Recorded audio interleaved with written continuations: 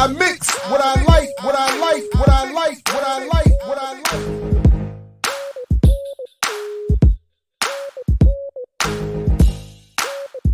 I mix what I like, what I like, what I like, what I like, what I like. Hey, what's up, world? Welcome back to another edition of I Mix What I Like Live. Again, I'm Jared Ball. Happy to be your host. Please do, again, make sure you're subscribed at imixwhatilike.org and following at I Mix What I Like for all your relevant social media so you don't miss anything. Big announcements coming, all types of stuff coming, including later today at 5 o'clock Eastern, where we kick off our Black Studies Matters series with Doctors Quito Swan and Yeli Chile right back here. So please come back for that as well. But because time is slightly short, I want to get to our next guest right away, but let me do it this way. Let me do it this way before we get to him. Yeah, let me do it this way. Let's go.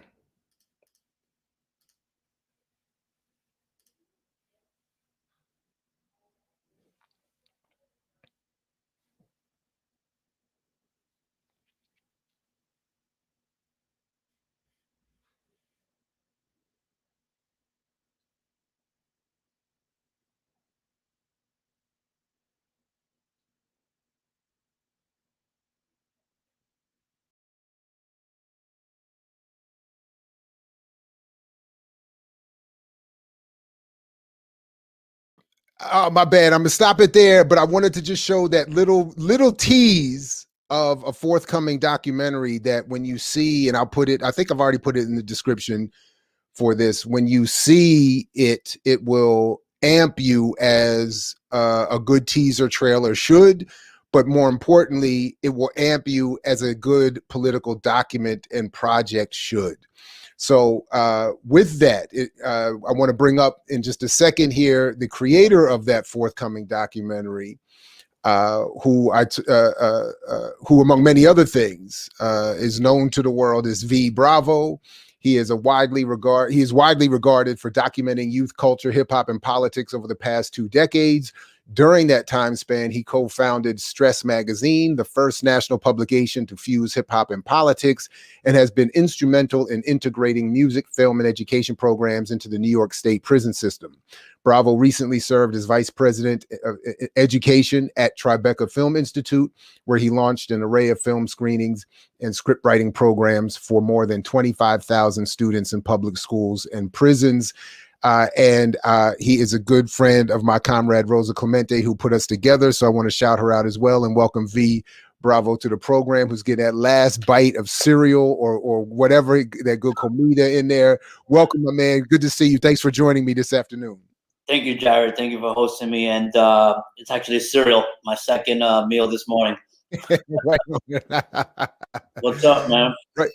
What's going on, man? I appreciate you doing this because, for years, I admit I've heard about your name and seen some of your work. I'm obviously familiar with a little bit with Stress Magazine, but am way behind in terms of all that you have done and been doing and are about to be doing.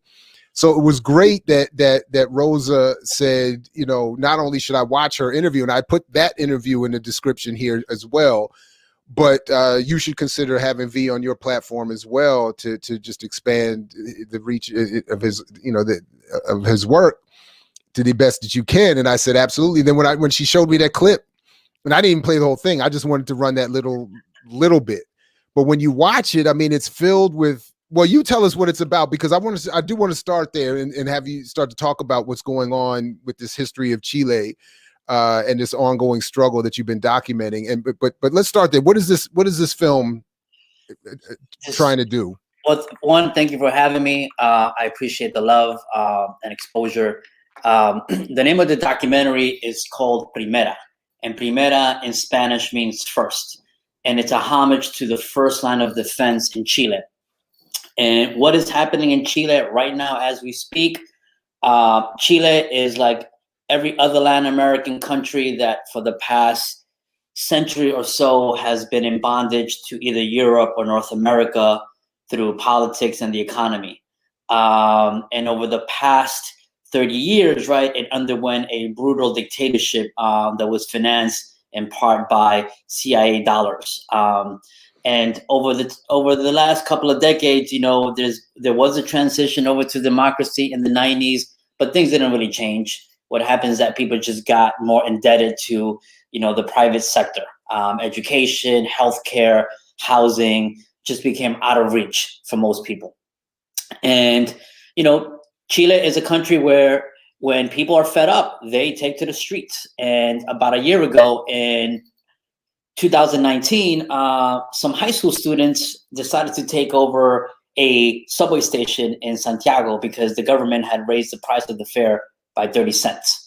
And they took to the city, took over the metro. President unleashed the military, to just squash, some young people, 13, 14 years of age, right? And I think at that point, the country was like, oh, hell no, this isn't just. And then about 1 million people took to the streets within a day to support, students who were protesting. And then the 30 cents became to symbolize 30 years of a neoliberal relationship between people and the powers that be. So then people used the student strike to have conversations that really swelled into a national movement. And by the second week of the protest, about 10 million Chileans had taken to the streets in solidarity. So the documentary chronicles the process from when the young people took over the subway station all the way to the next year, where people took to the streets, held onto the streets for about 100 days, and then essentially forced the government to undo inequity, not through reform, but through the writing of a new constitution. So folks on the ground had their sort of eyes on the prize and were we've been asking for reform, but reform doesn't really accomplish too much. Sometimes it's just a Band-Aid solution to keep the people happy. And I think they understood that the root of the problem was that legal binding document, right, that keeps powerful people in power, right, and poor people in shackles. So then the narrative shift on the street became we need to undo that. And we're going to force the country to schedule a vote to have a new constitution that's written by everyday Chileans. So in order to get to that level, it took about a year of continuous protests on the street. We're talking about Latin America, right, where you don't ask for a permit to go protest. You just take over the streets. And then what happens is that the cops don't show up with white wristbands. They show up in tanks. They show up with bullets. They show up with tear gas. So then a community of resistance emerged to protect the people, protect the protests, and push for the demands. So that is the long-winded explanation of what happened in Chile and what the documentary Primera will highlight. Obviously told through the stories of real people. Right on, right on. What'd you say? I'll stop right there, Oh, no, that's good. I mean, no, I appreciate it. And and when people see the trailer, and I'm sure the film, I mean, it is like I typed when I sent you and Rosa the message, I was amped. I was, and that's how, that's I think a good sign for a movie that's trying to talk about those politics, or a film that's trying to talk about those politics. Before we move on from that, though, that I do want to ask about some of you went back 30 years, but obviously the history is even longer than that, and then the struggle obviously is even longer than that, and some of us are aware, at least, that here in the United States, a lot has been said about the date 9/11. Mm-hmm. But obviously in Chile, it has a longer history, and maybe for some, and maybe even for a lot of us, a deeper, more important meaning. Could you connect what you're talking about in this film, maybe even to that date? Sure.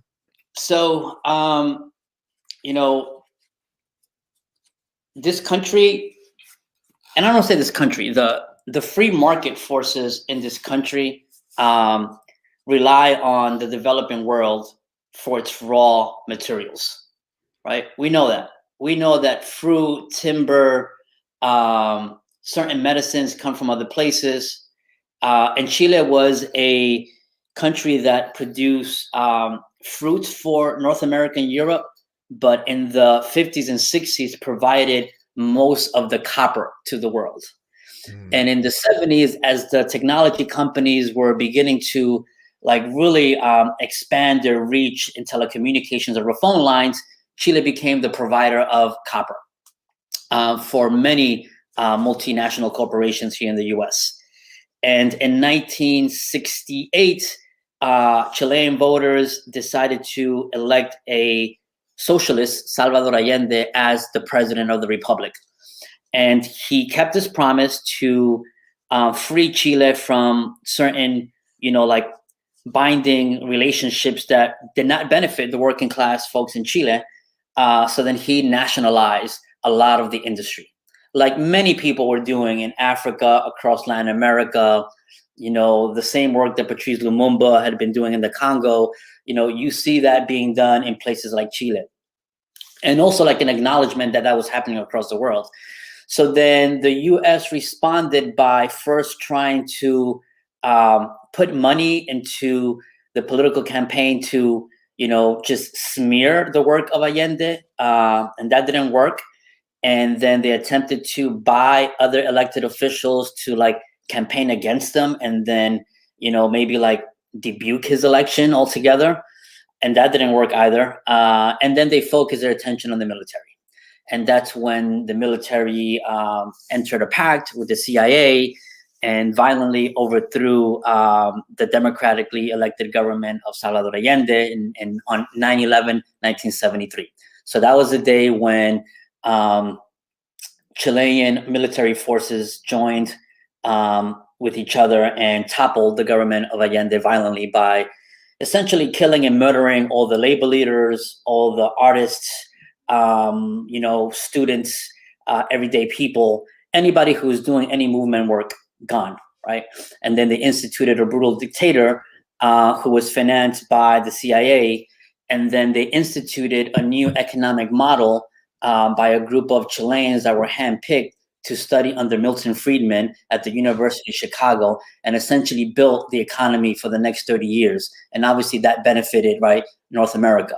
And then what you see now happening is a response to that.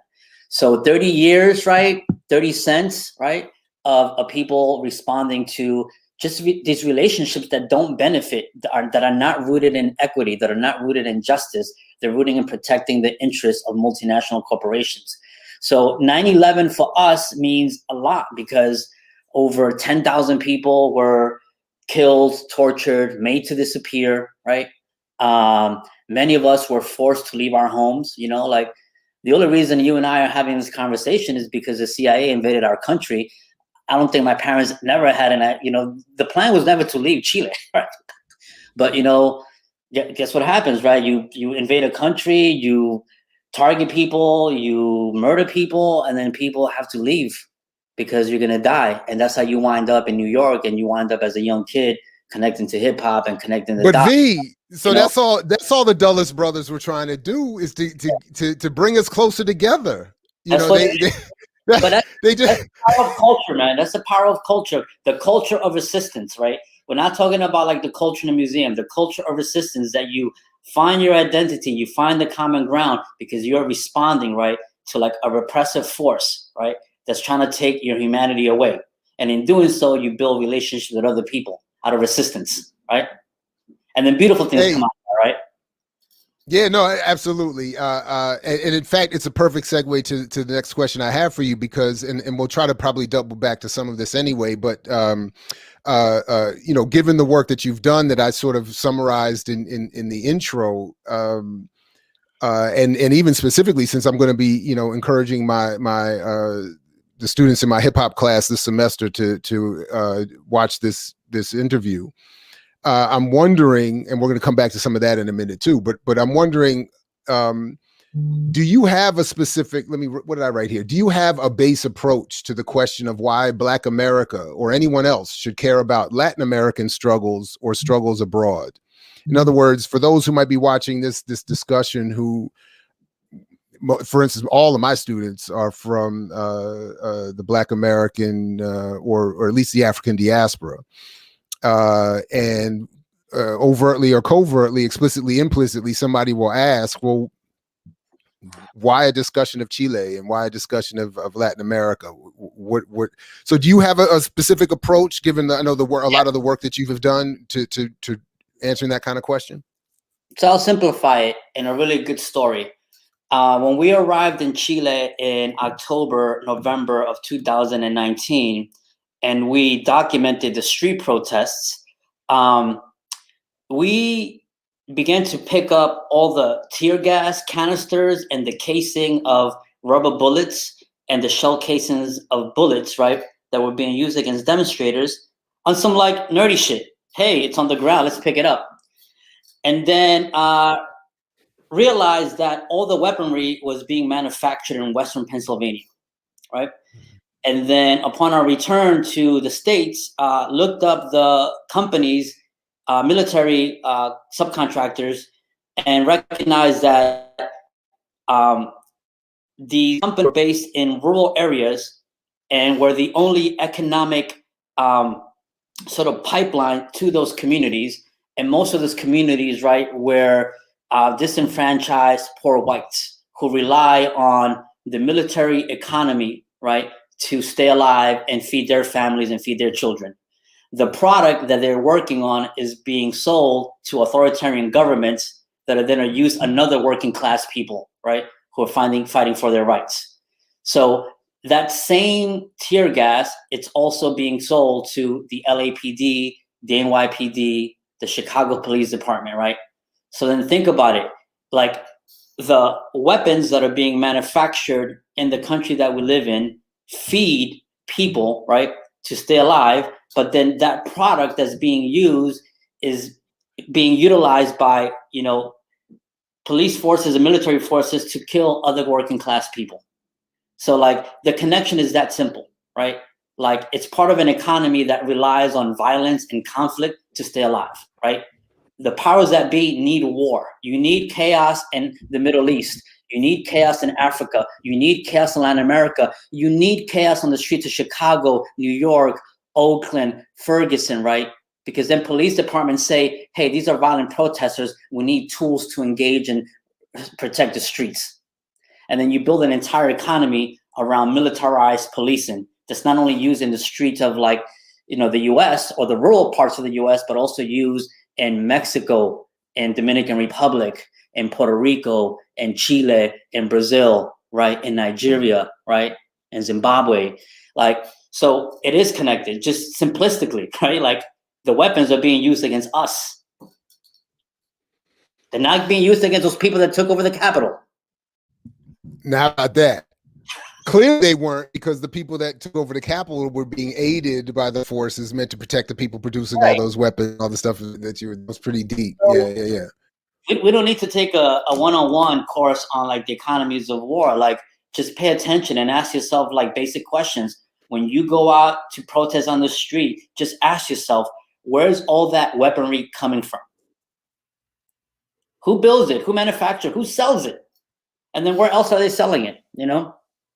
And you're going to find a lot of bullets manufactured in San Diego and Pennsylvania that are being used around the world, you know, and that's the truth. You know, by the way, actually, before we move too far away from that context, in your interview with Rosa, you mentioned something that I always am interested to hear more about. You mentioned the what you call the 7 families that own everything in Chile. Oh yeah. You know, with some experience in Latin America, it's often, I think, easier.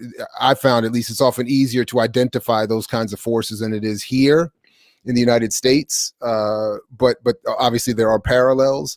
But I'm wondering if you could elaborate a little bit about on that point, and what obviously what may be obvious to some is the impact on society from having that situation.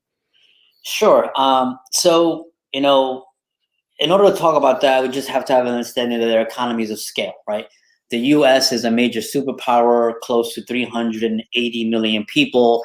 It's a global economy connected to just about everyone, right? If you live in Los Angeles or New York, and these sort of like big metropolises, you can essentially get anything you want whenever you want it, right?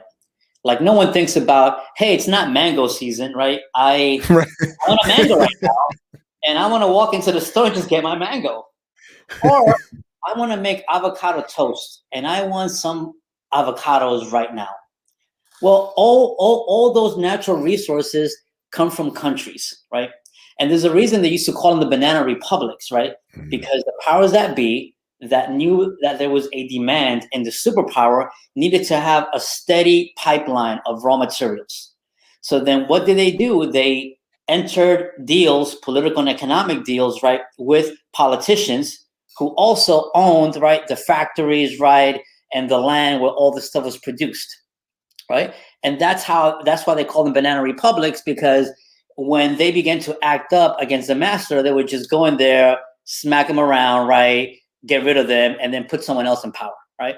So that is how maybe 6 to 8 families, right, in a country like Chile hold power, because they've been tied at the hip with the superpowers for like at least a century, right? From copper to all the avocados that someone's eating, right, for the most part, either come from Mexico or Chile, right? And those are maybe 3 or 4 farms that produce all those avocados. And those 3 or 4 farms are owned by one family, right? And then that one family also has business interests in other parts of like the Chilean economy. So for instance, right, what does democracy look like in Chile in 2020? The water, the ocean, right, that Chile is next to, right, the entire Pacific coastline from like the equator all the way to the South Pole is privatized. The government owns the water, and they dictate, right, who can fish and who can fish the good shrimp versus the bad shrimp, who can get the lobster, right, or who can get the sea bass, right? And those contracts are awarded to people that have the capacity to create infrastructure and create jobs, right? And essentially you monopolize a country's natural resource. And we don't see none of that seafood, because that seafood is put in boxes, it's frozen, and it gets shipped to New York, California, Miami, so someone could pay, $40 for some Chilean sea bass, right? But for that Wow. $40 to get to your plate, right? Think of all the people, right, that are part of that relationship. And it's capitalism. It's all based on like somebody needs to make profit. So whoever's at the bottom part of that, right, is probably going to get nothing. It's probably going to get ripped off, right? And, in the simplest terms, right, that's how I look at, the 1%, actually the half of the 1% that owns all of Latin America, right? And I mean, we know that, right? Like we know when you look at the map of Africa, and when I was a little kid, I used to like ask my history professor, why are all the countries so like neatly defined? Why are they perfect squares, right? And then I was introduced to colonialism, right? I was like, oh, okay, it makes sense, right? So somebody had a conversation elsewhere, and they're like, that's what we want to do with them, right? In fact, I was going to ask you, what is the origins of the name of the country, Chile? Because I'm often fascinated that they often, I don't know this in this case, but they often, contain some colonial history. And I laugh all the time because, my wife's family is from Panama, and no one is sure of the origin of the name, other than, it was the design of a military commander in the United States, carving off some space. And maybe naming it after what some indigenous people use as a word for fish, but I don't know. So I was going to ask you, is there a history behind the word Chile? Good question. I don't know. I do have some ignorance there. I do know that it was a Spanish colony. Mm-hmm. But what I can tell you that I think is equally interesting is that the young people who have risen in Chile understand that, what they're fighting for, there's been a group of people that came before them that are fighting for the same things: land rights, dignity, and that's the Mapuche community in the southern part of Chile. And they're what we would call the first people, but in a North American context would be called the indigenous people, right? But they're called the Mapuche people. And they were able to fight off the Spaniard conquistadors and actually win. So they're like one of the few communities in that part of the world that was able to fight colonialism. But then, like capitalism and industrialism came in, wrapped up in another blanket of friendship, right? And then, what the conquistadors couldn't do with military force, right? they did with like same thing that happened here, right? With like contracts, right? And trinkets, and and drugs and alcohol, right? And eventually, the Mapuches lost some land, but for the past century, they've also been fighting for some land, right? And that has inspired, right, young people right now. So when you go to Chile, you actually don't see the Chilean flag being waved around. You see the Mapuche flag being waved around. And if you do see the Chilean flag, it's no longer the red, blue, and white. It's black, to honor all the people that have died fighting for Chile. So wow. There is a national awakening around identity, right? That this is bigger than like the nation state. This is like you connecting to the people that were there before, that the legacy didn't start with some white dude got off the boat and was like, I'm going to name this Chile, right? And I'm going to give you civilization, recognizing that there was already some dope shit happening there long before anybody got. What is the and people connected and understanding that like the movement transcends nation borders. Yeah, and what is the is there within the struggle? Is there a particular Black or Afro-Chilean movement that we see happening in other parts of the Central and South America? Let's just put it like this, right? Let's just get rid of the myth that like Black people are not in certain places, right? Black folks are everywhere because Black folks, as we know as students of history, right, became a currency, right, for like free labor, right, which is slavery. And if you look at the history of all the colonial powers, they were bringing slaves everywhere, right? And some brave slaves, right, also left, created their own communities, right, bounced and connected to indigenous folks and created other societies that then colonial societies that were set up afterwards no longer wanted to recognize, right? So in the north of Chile, there are plenty of like, Afro-Chileans, right? And then even Chileans who say, hey, there are no Black people. And then you start to look at the history of Brazil, of Peru, of Bolivia, Ecuador, where there are Black folks. And you're like, so you mean to tell me that like, oh, it was Chile and the Black people didn't come here before it was a nation state, right? They've always been there. It's just there's been erasure happening, for centuries, right? It doesn't appear in the history books. It definitely doesn't appear in popular culture, right? People don't want to talk about it. People demonize it, right? But then you go out into the streets and you see it, right? You see people, right, that like, like brown and Black, right? Maybe somebody did a number on them to make them think, oh, I'm Chilean. Oh, come on. That's that phrase. I was just going to say that Latin American propaganda of we are all Cubans and we are all Panamanians and we are all Chileans. That's a powerful message. Yeah. I mean, it seems to work well. It doesn't work as well here for we are all Americans, but that's the subtle differences in these histories. I would argue that in a capitalist system, hyper-capitalist system like the U.S., the nuances of identity are finally working because the corporate sector figured out, you know what, if we dice it up, right, and we make the product specific to you, it actually helps us make some money, right? That's right. You and I are probably from a generation where when we were little kids, there was hardly any programming where you saw Black folks and Latino folks, maybe Good Times, right? Then like the Bill Cosby show, but for Latinos, there was nothing, right? So like, and we were like demanding, hey, we want, and it's finally here, right? But it's not because they think it's a good thing. They know that we're going to consume it, right? Oh, they're being slick with it too, and they put their own messaging within it. And then I've also noticed, particular my own interest is that I've noticed that they're doing the same thing with interracial couples now more and more also too. Yeah. Like you start to see more and more interracial relationships on TV and in commercials, and they're clearly targeting or trying to I think further ensconce and expand these subgenres of biracial, multiracial groups, et cetera, and so forth. So anyway, so I appreciate that point.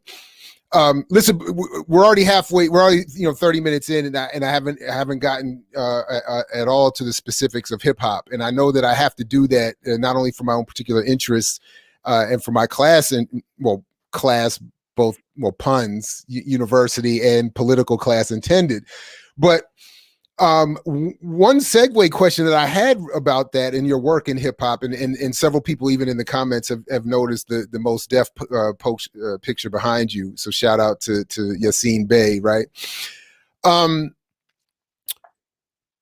In your work, traversing not only geographic space but racial and ethnic space and carceral spaces, I'm wondering what role you've seen hip hop play both negatively in expanding a negative and false image of Blackness around the world, but then also maybe in a positive way, bridging these gaps and making it easier for you to do your work across all these various lines. Tough question. Interesting question. I think that some of the early 90s hip hop was very enlightening, as we know, the famous golden era, where there was content and substance in the words that allow you to build a bridge, right? And it happened to be that there were a lot of references to people that were incarcerated. So the music itself, there was already an organic pipeline to people that were doing time, right? Then there was sort of like the hyper masculine framework, right? That glorified violence, right? Black on black violence, right? Glorified all these things that we know are not healthy for our community. So that also played a role in giving folks like me access or being a space at an intersection where you can kind of reach into both, right? You can reach into like the hyper masculine stuff. You know, you can, especially if you were working with like Black and brown men at the time, and all the cultural uplifting messages, right? So I think that, you know, I think personally I was able to like blend a little bit of both to create a dialogue, and that dialogue started by just the execution of live shows, right? So my work in prisons really began around like going back to the basics and knowing that people need to connect culturally to certain things, right? And if all they're allowing you to do is to just watch like, you know, music videos and, you know, and news or sports, right? I knew that live shows would be the way to go. And then that opened up like an entire like universe for me to sort of like learn about, because then that led to building relationships with like the leadership in prison circles, right? Led into an opportunity to also engage with like people of color who work for the penal economy, right? And understand like what motivated them to even be there, right? And I've always been a person that like I like to ask questions. I'm curious, and I know that in order to get real answers, you have to be in the space where that work is taking place. So hip hop, I think, offered a natural conduit, right? I think as we got closer to like 2000, 2002, 2003, the record companies shifted their messaging. So then, you know, it was difficult to kind of like use things that were like current and relative because no one was getting any love, right? Like, I mean, Mos Def peaked at a time when the industry had left that vibe, right? You know, like, so I don't know if that answers your question, you know, but no, sure. I mean, you know, I was just curious because I know, obviously, you know, you've done work in the prisons. You've been making these films and you know, Stress Magazine and all that. You've been in sort of these, I guess, various nexus points of all of these histories and cultures. So I was just, you know, curious. And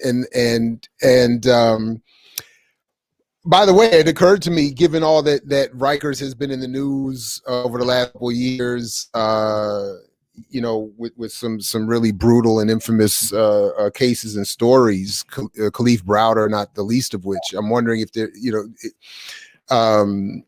is there anything that you would want us to know about that experience in particular, being at Rikers, that most folks who are not familiar with Rikers or prisons in general might need to? Because I mean, it's infamous and terrifying just to have heard about it from the outside. So You know, Rikers anyway. is a detention center in New York City. It's not a prison; it's a jail. So most folks who are detained at Rikers either could not make bail or not given bail, and you have to live out the process of your court case while you're incarcerated. There are also, you know, folks who maybe have been given a year or less as a sentence, and it's a city sentence where you do it, you know, in New York City, you do it locally, right? And there are a whole bunch of other folks who are just being processed through the system, right? People who may spend 3 nights in the system, and if there's overcrowding and what's called central booking in either Manhattan, Brooklyn, the Bronx, or Queens, right? You may be shipped over to the island. So Rikers Island has a sort of revolving door relationship with the 5 boroughs, right?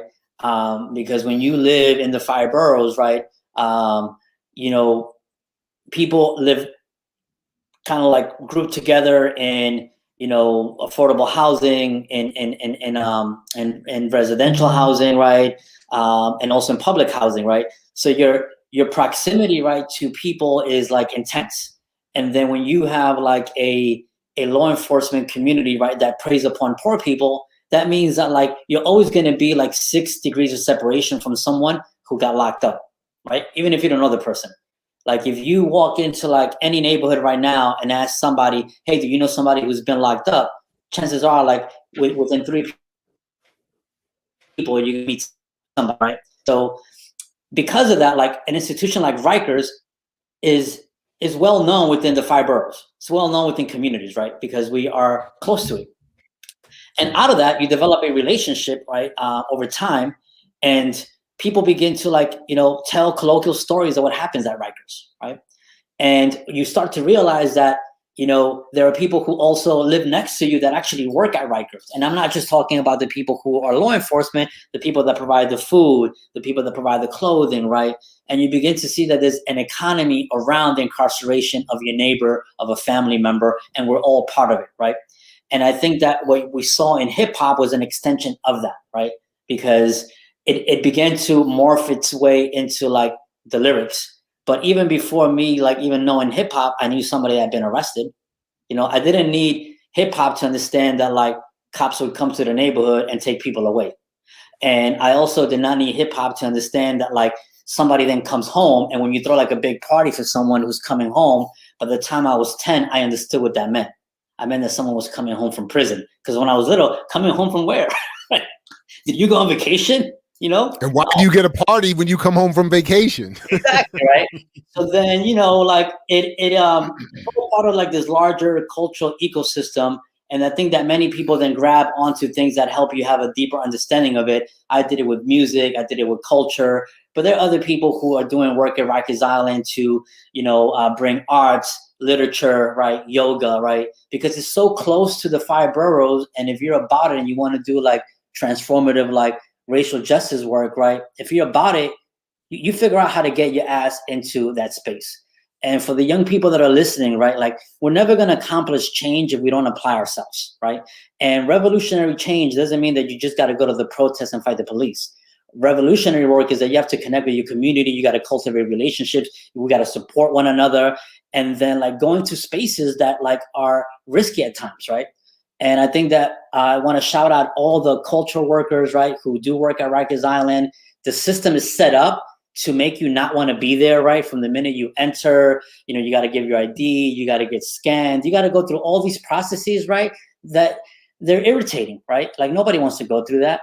But you got to like keep your eyes on the prize and be like, look, there are young people on the other side of that wall, right? And just because they're detained, it doesn't mean that they should lose their right to education, quality health care, right? Good conversation, right? What's the point of being locked up if we can do some of that work, right? And I'm a believer that you don't wait for the system to do it,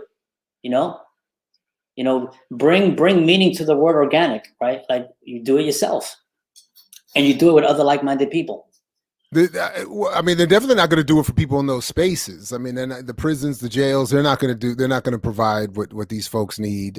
So I certainly appreciate that. And having done just a little bit of work inside prisons myself, I mean, to your point, it is, I mean, I know it sounds to me selfish even just saying it, but it is such a pain in the ass just to get in there. Yeah. to get cleared, to go through that process, and then for each visit, all of that. I mean, it's obviously intentional in the amount of time you have to wait once you do get there, and everything you have to sign and show. I mean, it's just, yeah. So I mean, I get all of that. So I definitely appreciate you and others who have made such a sustained effort at that. That's righteous work.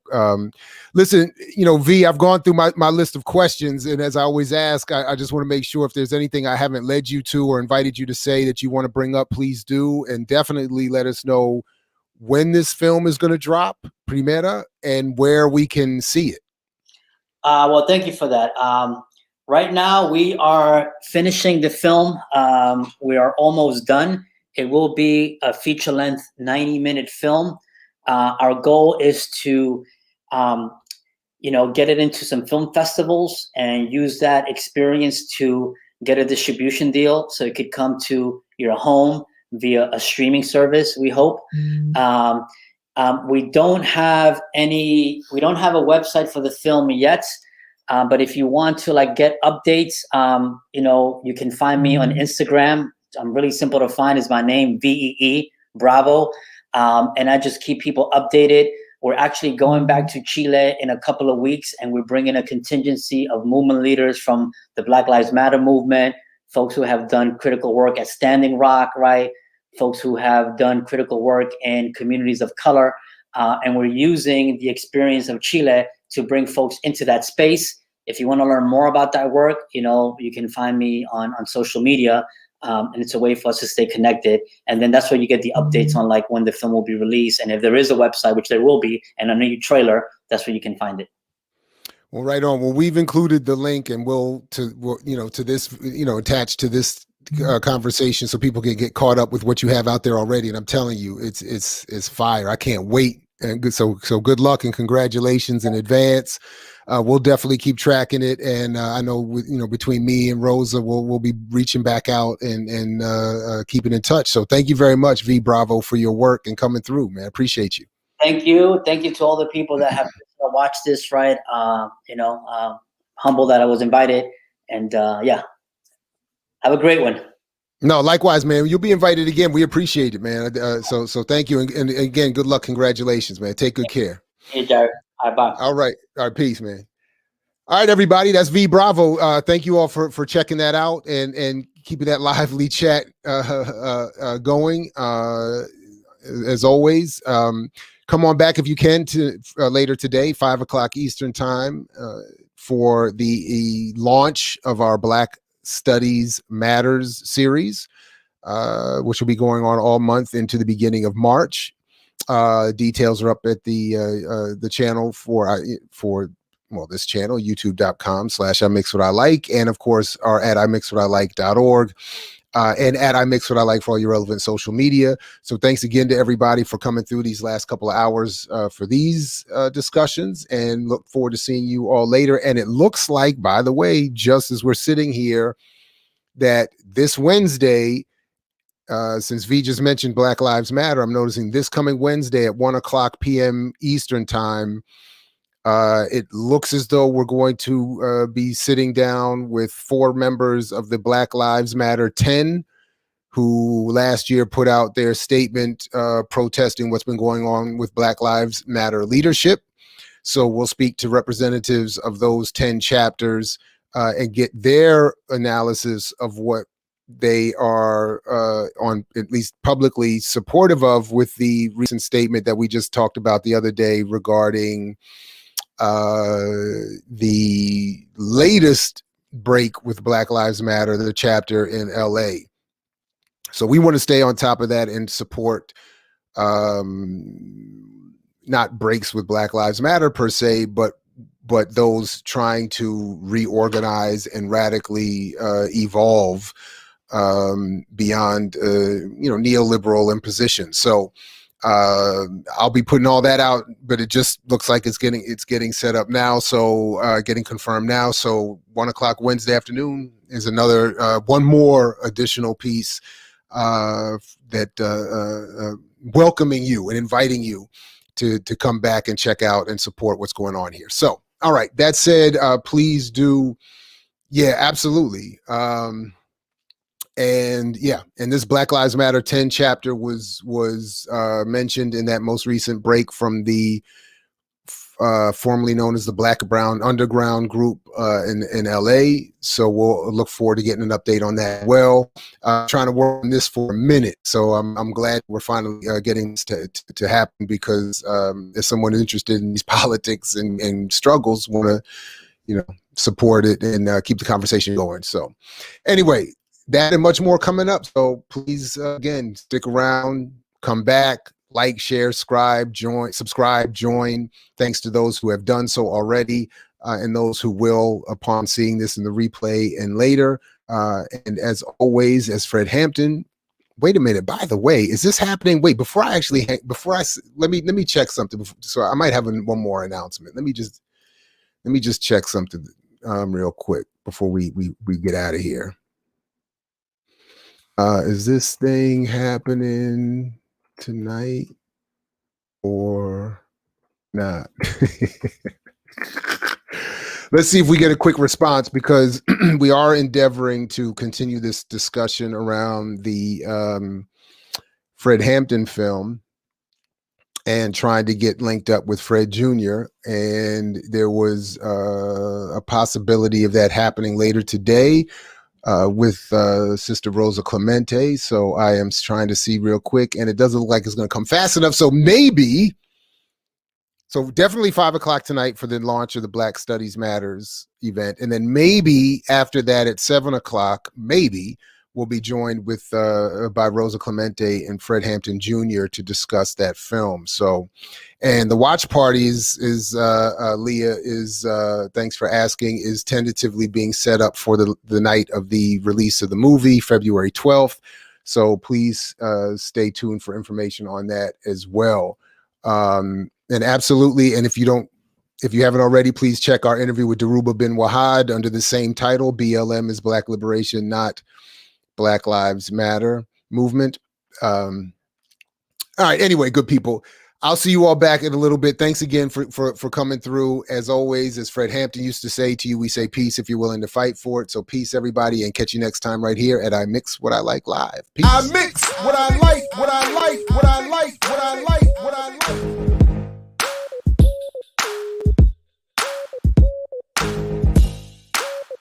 I mix what I like, what I like, what I like, what I like.